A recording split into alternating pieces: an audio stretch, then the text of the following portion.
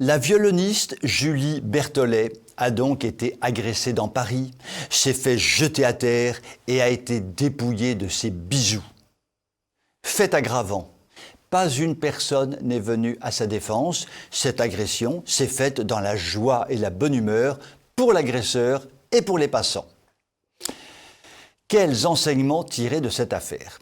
Tout d'abord, une telle agression confirme que Paris est devenu la ville de l'insécurité totale.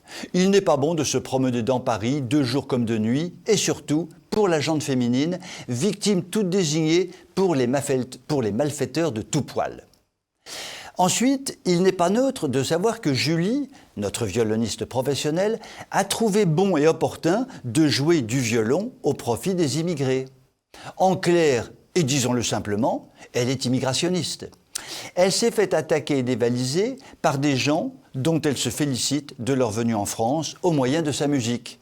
Nous sommes dans la même situation que Bernard Tapie, tabassé dans son domicile par des Africains cambrioleurs et expliquant aux Africains en question qu'il avait toujours agi en leur faveur, ce à quoi les Africains avaient répondu qu'ils n'en avaient rien à cirer. L'on ne peut à la fois vouloir faire venir des immigrés tout en refusant à ces derniers de faire ce qu'ils ont envie de faire. Non mais des fois, faut être logique quand même, mince quoi. Troisième point, et non des moindres, Julie a été dévalisée et maltraitée dans le silence assourdissant de tous ceux qui passaient à côté d'elle sans rien faire. Et cela est finalement ce qu'il y a de plus inquiétant dans cette histoire. Un nombre considérable de Français dans les rues, dans les trains, dans les métros ou ailleurs laissent des personnes se faire agresser sans qu'ils lèvent le petit doigt. Notre société est devenue celle de la peur, de l'indifférence, de la soumission et il semble que ces trois caractéristiques s'aggravent d'année en année. Revenons à notre Julie, notre chère violoniste.